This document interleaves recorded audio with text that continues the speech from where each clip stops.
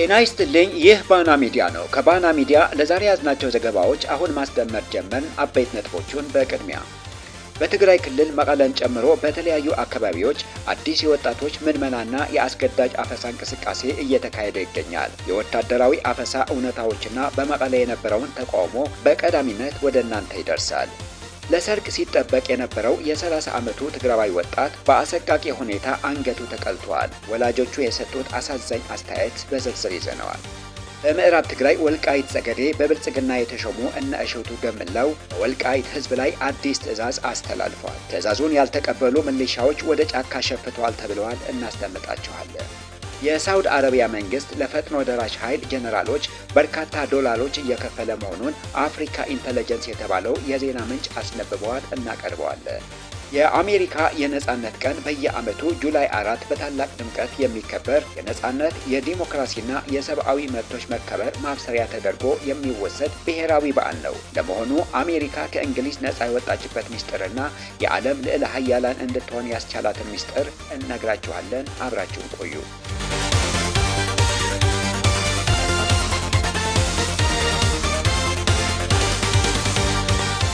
በትግራይ ክልል መቀለን ጨምሮ በተለያዩ አካባቢዎች አዲስ የወጣቶች ምልመላና የአስገዳጅ አፈሳ እንቅስቃሴ እየተካሄደ ይገኛል።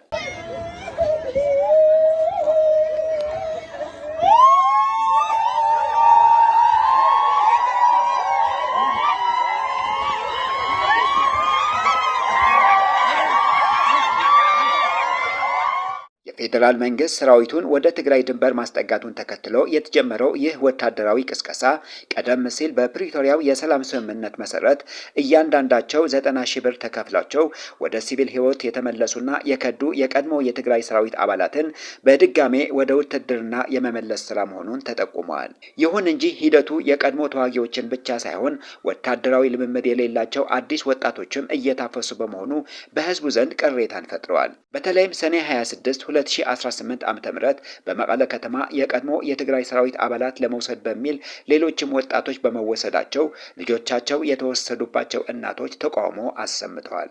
ባና ሚዲያ ባገኘችው መሰረት በአፈሳ የተወሰዱ ወጣቶች የትግራይ የሰራዊት አባል ከነበሩ ወደ ሰራዊቱ እንዲቀላቀሉ ይደረጋል።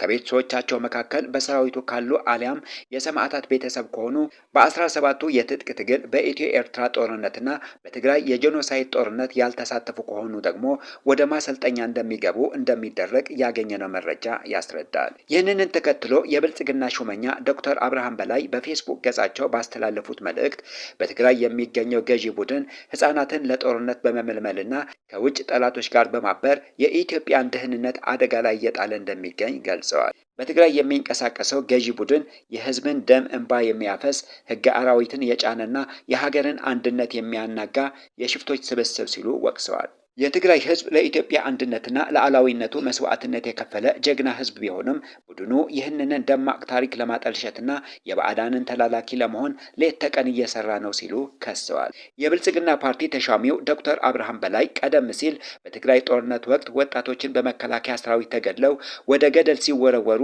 ለምን ብሎ መጠየቅ ይቅርና ዋና አስፈጻሚ እንደነበሩ ተቺዎች ያስረዳሉ።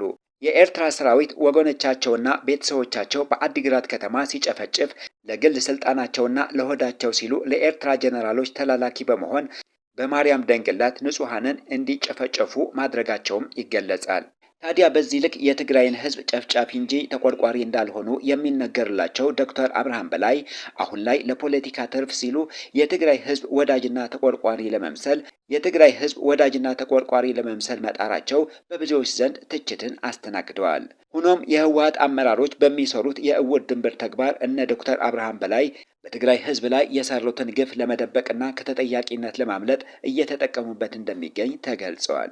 ከቀናት በፊት የህወሓት ስራ አስፈጻሚ አባልና የጽህፈት ቤት ኃላፊ ወይዘሮ ፈትለወርቅ ገብረ እግዚአብሔር ሞንጆሪኖ በትግራይ የግዳጅ አፈሳ እየተካሄደ ነው ተብሎ የሚናፈሰው መረጃ ሆን ተብሎ በትግራይ እየተደረገ ያለውን ትግል ለማደናቀፍና ሌላ ፍርሃትን ሽብር ለመፍጠር የታለመ ነው ብለዋል። በህወሓት ታሪክ አፈሳ ተደርጎ አይታወቅም፣ አሁንም አይደረግም፣ በቀጣይም አይደረግም ሲሉ ነበር ያስረዱት። የትግራይ ህዝብ ህልውናው እንዲቀጥል ለማድረግ እያንዳንዱ ትግራዋይ የትግሉ ዓላማ አምኖበት እንዲገባና ሁሉ ባለው አቅሙ ብሔራዊ ግዴታውን መወጣት እንዳለበት አስገንዝበዋል። ከዚህ ውጭ የሚደረግ ማንኛውም አይነት አፈሳ ግን ተቀባይነት እንደሌለውና እንደነዚህ አይነት ስህተት እየተፈጸመ ከሆነም መስተካከል እንዳለበት አስረድተዋል።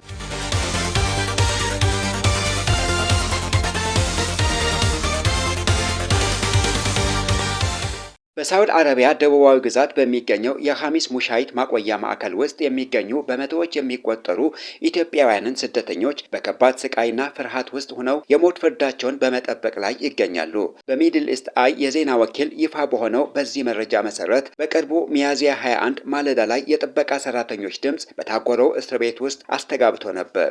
ጠባቂዎቹ የሞት ፍርድ የሚፈጸምባቸው 3 ኢትዮጵያውያንን ስም ካነበቡ በኋላ ወስደው ገደሏቸው። ከ2 ሰዓታት በኋላ ጠባቂዎቹ ተመልሰው በመምጣት 3ቱም ስደተኞች አንገታቸው መቆረጡንና ሌሎቹም ይኸው እጣ ፈንታ እንደሚጠብቃቸው አስጠንቅቋቸዋል። ይህ አስደንጋጭ ድርጊት በእስር ቤቱ ውስጥ ባሉ ሌሎች ስደተኞች ላይ ከፍተኛ የስነ ልቦና ስብራትና ፍርሃት የፈጠረ ሲሆን የጥበቃ ሰራተኞቹ በሩን ባንኳኩ ቁጥር ስማችን ሊጠራ ነው በሚል በከፍተኛ ጭንቀት ውስጥ እንደሚኖሩ በስውር ስልክ በመጠቀም ለጋዜጠኞች ተናግረዋል። ዓለም አቀፉ የሰብአዊ መብት ተሟጋቾች ድርጅት አምኒስቲ ኢንተርናሽናል ባወጣው መረጃ መሰረት በዚሁ ማዕከል በአንድ ክፍል ውስጥ ብቻ ቢያንስ 63 ኢትዮጵያውያን ከእጽ ጋር በተያያዘ ወንጀሎችን የሞት ፍርድ ተፈርዶባቸው ይገኛል። ነገር ግን የአካባቢው የሲቪል ማህበረሰብ ድርጅቶችና የሰብአዊ መብት ተሟጋቾች እንደሚገልጹት ከሆነ በሳውዲ አረቢያ እስር ቤቶች ውስጥ የሚገኙ የሞት ፍርድ የተፈረደባቸው ኢትዮጵያውያንን ቁጥር እስከ 200ና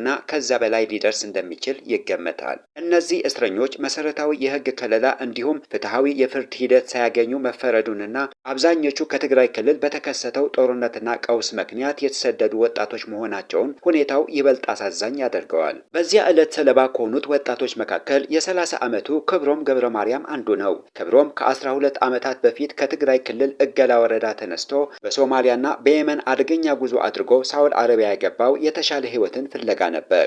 ይሁን እንጂ ለ11 ዓመታት በእስር ላይ ከቆየ በኋላ በድንገት ተሰይፈዋል። የክብሮም እናት ወይዘሮ ግምጃ ገብረ ማርያም የልጃቸውን ሰርግ እንጂ የእሱን ሞት እንዳልጠበቁና የእሱ መገደል ለእነሱ ፈጽሞ የማይድን ቁስል እንደሆነባቸው በሐዘን ይገልጻሉ። የክብሮም አባት አቶ ገብረ ማርያም ገብረ እግዚአብሔር ደግሞ ልጃቸው ከመገደሉ አንድ ቀን ቀደም ብሎ በኢሞ መተግበሪያ አውርቶ እንደነበረና ልጁ በቅርቡ ተፈቶ እንደሚወጣ ቃል ገብቶላቸው እንደነበር በትዝታ ያስታውሳሉ። አሁን ግን አስከሬኑን እንኳ አግኝተው በባህላቸው መሰረት ለመቅበር ባለመቻላቸው አባቱ በከፍተኛ ሐዘንና ድንጋጤ አልጋ ላይ ወድቀዋል። ከዚህ ቀደም ሌላ ልጃቸውን በየመን ድንበር ላይ በደህንነት ኃይሎች ያጡት እነዚህ ወላጆች ሁለተኛ ልጃቸውን በዚህ መልኩ በመነጠቃቸው ሕይወታቸውን ሙሉ በሙሉ በሐዘን የተሞላ ሆነዋል። ሌላኛው በዕለቱ የተገደለው ወጣት ጽጋቡ ሀጎስ ሲሆን እሱም እንደ ክብሮም ሁሉ ለቤተሰቡና ለታናናሽ እህቶቹ ደራሽ ለመሆን በ2020 ተሰዶ የሞት ዕጣ የደረሰው ወጣት ነው። የጽጋቡ ወላጆች አቶ ሀጎስ ገብረ መስቀልና ወይዘሮ ለተ ክርስቶስ ገብረ ጻድቃን ልጃቸው ከእጽ ንግድ ነፃ እንደነበረና ፍትሃዊ ፍርድ እንዳልተሰጠው በጽኑ ያምናሉ። ልጃቸው በእስር ላይ በነበረበት ወቅትም ምን ያህል ተሰቃይቶና ተገርፎ ሊሆን እንደሚችል በማሰብ ሌት ተቀን በእንባ እንደሚያብሰለስሉና ቢያንስ አስከሬኑ ተመልሶላቸው ፍትህ የሚያገኙበትን መንገድ እየተመኙ ይገኛሉ። በትግራይ ክልል የተካሄደው አስከፊ ጦርነት በይፋ ቢያበቃም አሁን ያለው የሰብአዊ መብትና የኢኮኖሚ ቀውስ ከፍተኛ የሥራ አጥነት ችግርና ዳግም ሊነሳ ይችላል የሚባለውን አዲስ የውክልና ጦርነት ስጋት ወጣቶች አማራጭ አጥተው ህገወጥና አደገኛ የሆነውን የስደት ጉዞ እንዲመርጡ እያደረጋቸው ይገኛል። በትግራይ የሚገኙ የካቶሊክና የኦርቶዶክስ ቤተክርስቲያን ጳጳሳት እንዲሁም የትግራይ ፕሬዝዳንት ዶክተር ደብረጽዮን ገብረ ሚካኤል የሳውዲ አረቢያ መንግስትን ለእነዚህ 200 ያህል ፍርደኞች ምህረት እንዲያደርግ በይፋ ተማጽነዋል። የሂማን ራይትስ ዎች ከፍተኛ ተመራማሪ ናዲያ ሃርድማን በበኩላቸው ሳውዲ አረቢያ በአደገኛ እጽ ወንጀል ስም ያለበቂ የህግ ድጋፍና ፍትሃዊ የፍርድ ሂደት የውጭ ሀገር ዜጎችን መግደሏን ዓለም አቀፉ ሰብአዊ መብትን የጣሰ መሆኑን ገልጸው የሳውዲ ዓለም አቀፍ አጋሮች ተጨማሪ ህይወት ከመጥፋቱ በፊት በአስቸኳይ ጣልቃ እንዲገቡ ጥሪ አቅርበዋል። በአሁኑ ወቅት በሳውዲ እስር ቤቶች የሚገኙ ኢትዮጵያውያን ህይወት በከፍተኛ አደጋ ላይ ሲሆን ቤተሰቦቻቸውም ወገኖቻቸውም ለማዳን የዓለምን እርዳታ እየተማጸኑ ይገኛሉ።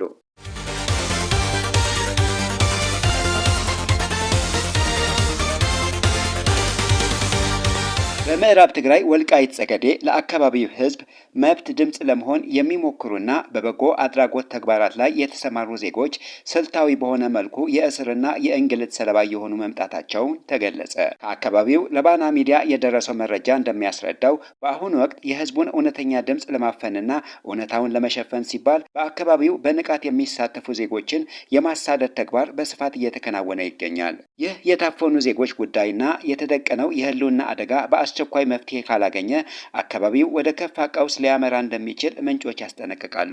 በብልጽግና የምዕራብ ትግራይ አስተዳዳሪ ተብለው የተሾሙት አቶ እሸቱ ደመላው ማንኛውም ስለ መሬት ዘረፋ፣ ስለ ደህንነት ማጣትና ስለ አስተዳደራዊ በደሎች የሚናገር ዜጋ በቀጥታ እንዲታሰር ትዕዛዝ ማውረዳቸው ታውቋል። ጥያቄ የሚያነሱ አካላትን ማሰር ዋና ዓላማው ህዝቡ በዙሪያው የሚፈጸሙትን ግፎች በዝምታ እንዲቀበልና ምንም አይነት ተቃውሞ እንዳያሰማ ለማድረግ የታለመ ስልታዊ ሴራ ነው ሲሉ ቅሬታ አቅራቢዎች በምሬት ይገልጻሉ። ከስፍራው ያገኘነው መረጃ እንደሚያሳየው በዚህ ወር ውስጥ ብቻ 28 ንጹሃን ዜጎች በታጠቁ አካላትን የታገቱ ሲሆን ለመለቀቂያቸውም በሚሊዮን የሚቆጠር ብር እየተጠየቀባቸው ይገኛል። ይህ ስልታዊ ጥቃት ገበሬው ቀስ በቀስ ከእርሻው በማፈናቀል መሬቱን ለሌሎች አካላት አሳልፎ ለመስጠትና የአካባቢው የስነ ህዝብ ይዞታ ሙሉ በሙሉ ለመቀየር የታለመ አደገኛ አካሄድ መሆኑን ተገልጿል። ከዚሁ ጋር ተያይዞ በአካባቢው ላይ መጠነ ሰፊ የሀብት ዘረፋ እየተፈጸመ ሲሆን ቀደም ሲል በሁመራ የተሸጠው ሰሊጥ ለዞኑ ማጠናከሪያ እንዲሆን በዝግ የባንክ አካውንት ውስጥ ተቀምጦ የነበረው 300 ሚሊዮን ብር በአሁኑ ወቅት የት እንደደረሰ በግልጽ የታወቀ ነገር የለም ተብሏል። በወልቃይት ስኳር ፋብሪካ ውስጥ የነበሩ ግዙፍ የልማት ማሽነሪዎችና ንብረቶችም ተነቅለው መወሰዳቸው ሰምተናል። የወልቃይት ጸገዴ ህዝብ በጥቂት ስግብግብ ግለሰቦችና ወሮበላ ሌቦች ምክንያት ህልውናው አደጋ ላይ መውደቅ እንደሌለበት የገለጹት ነዋሪዎች በርካታ ሚሊሻዎች ወደ ጫካ መሸፈታቸው ታውቋል።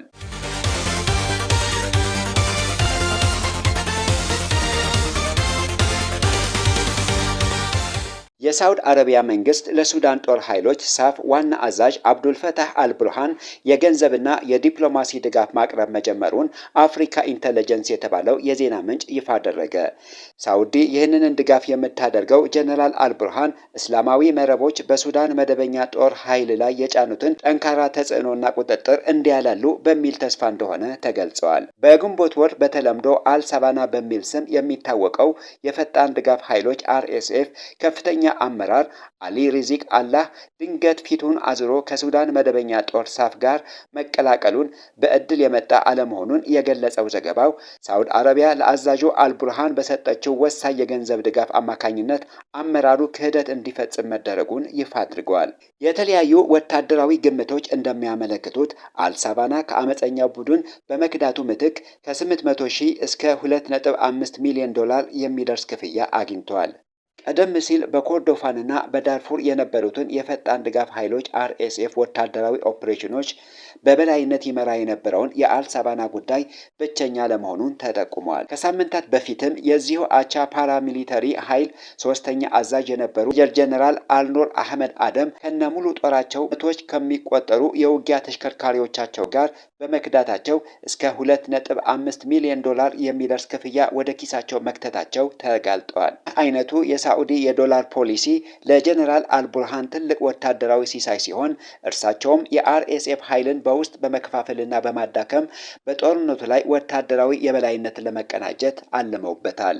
ሪያድ በበኩሏ ከዚሁ የገንዘብ ድጋፍ ጀርባ ከፖርት ሱዳን አስተዳደር የፖለቲካ ጥቅሞችና ስምምነቶችን ለማግኘት እየተንቀሳቀሰች ነው። ሳዑዲ አረቢያና የሱዳን ጦር የደህንነት መስሪያ ቤት በጋራ በመሆን በቡድኑ ውስጥ ባላቸው የስልጣን ፍላጎት የተገፋና ከውሳኔ ሰጭነት መድረክ የተገለሉ የሁለተኛ ደረጃ የጦር አዛዦችን በገንዘብ በማባበል የአመፀኛውን ኃይል RSF ከውስጥ እንዲፈርስ የማድረግ ድርብ ቁማር እየተጫወቱ እንደሚገኙ ዘገባው ያመለክታል። በተደረገው ስምምነት መሰረት የሱዳን የሽግግር ሉዓላዊነት ምክር ቤት መሪ ጀነራል አልቡርሃን በጦር ኃይሉ ውስጥ ተጽዕኖ ካላቸው እስላማዊ ኃይሎች ራሳቸው እንደሚያርቁ ቃል ገብተዋል። ሳውዲ አረቢያ በዓለም አቀፉ ማህበረሰብ ፊት ለቡርሃን የምታደርገው ድጋፍ ለመቀጠል ይህንን ጉዳይ እንደ ቅድመ ሁኔታ አስቀምጣለች።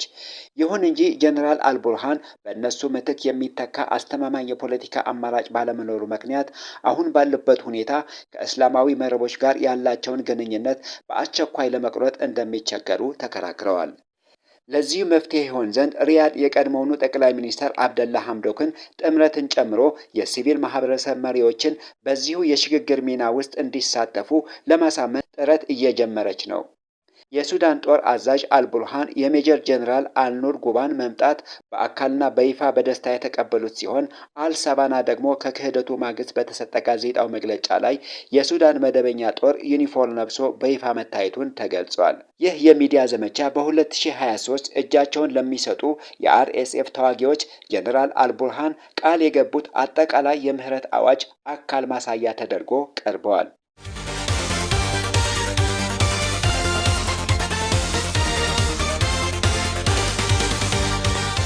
የአሜሪካ የነጻነት ቀን በየዓመቱ ጁላይ 4 በታላቅ ድምቀት የሚከበር የነጻነት የዲሞክራሲና የሰብአዊ መብቶች መከበር ማብሰሪያ ተደርጎ የሚወሰድ ብሔራዊ በዓል ነው። አሜሪካውያን የዘንድሮውን የጁላይ 4 የነጻነት ቀናቸውን በመላው ሀገሪቱ ማለትም በዋና ከተማዋ ዋሽንግተን ዲሲ፣ በኒውዮርክና በሌሎች ታላላቅ ከተሞች ሰማዩን በደማቅ ቀለማት የሚያደምቁ አስደናቂ ትዕይንቶችን በማሳየት ሚሊዮኖች የሚቆጠሩ ዜጎች በየፓርኮችና በየመኖሪያ ቤቶቻቸው በመሰብሰብ በድምቀት እያከበሩ ይገኛሉ።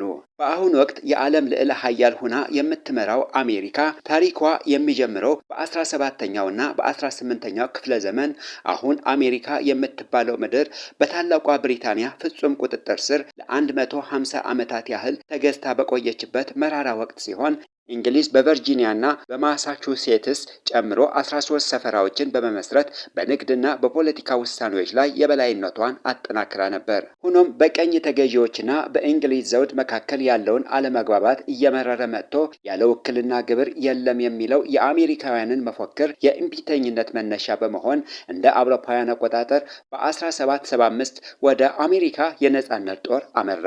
በጆርጅ ዋሽንግተን መሪነት የተካሄደው የነጻነት ጦር እጅግ መራራ ና መስዋዕትነትን የተከፈለበት ሲሆን በሂደቱም ቶማስ ጄፈርሰንን የመሰሉ የነጻነት አባቶች በሰነዱት ጁላይ 4 1776 እንደ አውሮፓውያን አቆጣጠር በጸደቀው የነጻነት አዋጅ አሜሪካ ራሷን የቻለች ነጻ ሀገር መገንባቷን አወጀች። እንግሊዝም የአሜሪካ ነጻነት በይፋ የተቀበለችው እንደ አውሮፓውያን አቆጣጠር በ1783 በተፈረመው የፓሪስ ስምምነት ላይ ነበር። ከዚሁ ታሪካዊ ድል በኋላ አሜሪካ በ17ኛው ክፍለ ዘመን መገባደጃ ላይ ፈጣን የኢንዱስትሪ አብዮትና የካፒታሊዝም እድገት በማስመዝገብ ነጻ ገበያና የፈጠራ ስራዎችን ሀገሪቱን የዓለም የኢኮኖሚ ሞተር ያደረጓትን ሲሆን በተለይም አንደኛውና ሁለተኛው የዓለም ጦርነቶች በአውሮፓ ምድር ላይ ሲካሄዱ ከጦርነቱ ቀጠና ርቃ መገኘቷን መሰረተ ልማቷን እንዳይወድም ረድቷታል። ከሁለተኛው የዓለም ጦርነት ማክተም በኋላ አውሮፓ በፈራረሰችበት ወቅት አሜሪካ የብድርና የመልሶ ግንባታ ድጋፍ በማቅረብ የዓለምን የፋይናንስ ስርዓትን በዶላር የበላይነት ለመቆጣጠር የቻለች ሲሆን ይህ የኃይል ሚዛን ከሶቪየት ህብረት ጋር ለብዙ አስርት ዓመታት የዘለቀውን የቀዝቃዛው ጦርነት ፍልሚያ ተከትሎ እንደ አውሮፓውያን አቆጣጠር በ1991 በሶቪየት ህብረት መፍረስ ሲያበቃ አሜሪካ ብቸኛዋ የዓለም ልዕለ ሀያላን በመሆን ወታደራዊና ቴክኖሎጂያዊ የበላይነትን በዓለም አቀፍ መድረክ ላይ በይፋ አረጋግጣለች። ይሁን እንጂ የአሜሪካ ታሪክ የነጻነትና የእድገት ተምሳሌ ተደርጎ ቢወሰድም በዘመናዊ ዓለም አቀፍ ፖለቲካ ውስጥ የምትከተለው አካሄድ ግን በከባድ ተቃርኖ የተሞላ ለትችት የተጋለጠ ነው። ሀገሪቱ በይፋዊ መግለጫዎቿ ዓለም አቀፍ ሰላምን፣ ዲሞክራሲና የህግ የበላይነትን ለማስፈን እሰራለሁ ብትልም በተግባር ግን የራሷን ብሔራዊ ጥቅም ለማስጠበቅ ሲባል የሌሎችን ነጻነትና ምርጫ የምትገታበት ሁኔታ በስፋት ይስተዋላል። አሜሪካ ዲሞክራሲን ማስፈን በሚል መፈክር በሊቢያ በኢራቅና በአፍጋኒስታን የመሰሉ ሀገራት ላይ ያደረገቻቸውን ወታደራዊ ጣልቃ ገብነቶች ያስከተሉት ውጤት ሰላምን ሳይሆን ዘላቂ መዋቅራዊ ውድመትና የውስጥ ትርምስን ሲሆን ይህም አሜሪካ ሰላምን ከመፈለግ ይልቅ ስትራቴጂካዊ ጠቀሜታ ያላቸውን አካባቢዎች ለመቆጣጠርና የራሷን ታዛዥ መንግስታትን ለመጫን የምታደርገው ጥረት መሆኑን ይገለጻል። አሜሪካ የራሷን ነጻነትና ዲሞክራሲያዊ መብቶች በከፍተኛ ደረጃ የምታከብርና የምትንከባከብ ቢሆንም የራሳቸውን ገለልተኛ የፖለቲካና የኢኮኖሚ መስመር ለመከተል የሚፈልጉ ሀገራትን በኢኮኖሚ ማዕቀብ በማንቀጥቀጥ በህዝብ የተመረጡ መንግስታትን እንዲወድቁና የውስጥ አመጽ እንዲቀሰቀስ በማድረግ የሀገራትን የውስጥ ነጻነት በማወክ ተወዳዳሪ እንደሌላት ታሪክ ያስረዳል። በተጨማሪ አሜሪካ ዲሞክራሲን እንደ መርሆ ብታራምድም የራሷን ጥቅም እስከጠበቁ ድረስ ግን ሰብአዊ መብቶችን በከፍተኛ ደረጃ የሚረግጡ አምባገነን ስልጣኔዎችና ንጉሳዊ አገዛዞችን በገንዘብና በጦር መሳሪያ በመደገፍ በግንባር ቀደምትነት ትጠቀሳለች። በአንጻሩ በዲሞክራሲ መንገድ ቢሆንም የራሷን ጥቅም የማይጋሩ መንግስታትን ጸረ ዲሞክራሲ በሚል ስም በማጥፋትና ማዕቀብ በመጣል ታዳክማለች። በአጠቃላይ የአሜሪካ የነጻነት ቀን የቀኝ ግዛትን ቀንበር ሰብሮ የመውጣት ታላቅ ታሪካዊ ክስተት ቢሆንም የሀገሪቱ የኋላ ታሪክ ግን የነጻነት አዋጅ መርሆችን በገዛ ሀገሯ ድንበር ላይ የሚያበቁ እንጂ ለዓለም ሕዝቦች እኩል የሚሰሩ አለመሆናቸው ዛሬም ድረስ በይፋ እያረጋገጠች ነው።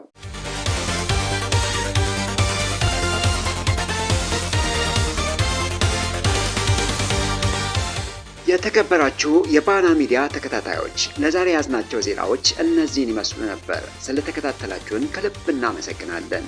መረጃዎቻችን ለሌሎችም እንዲደርሱ ቪዲዮውን ላይክ እና ሼር ማድረጋችሁ እንዳትረሱ። ለቻናላችን አዲስ የሆናችሁ ደግሞ ሰብስክራይብ በማድረግ የቤተሰባችን አካል ይሁኑ።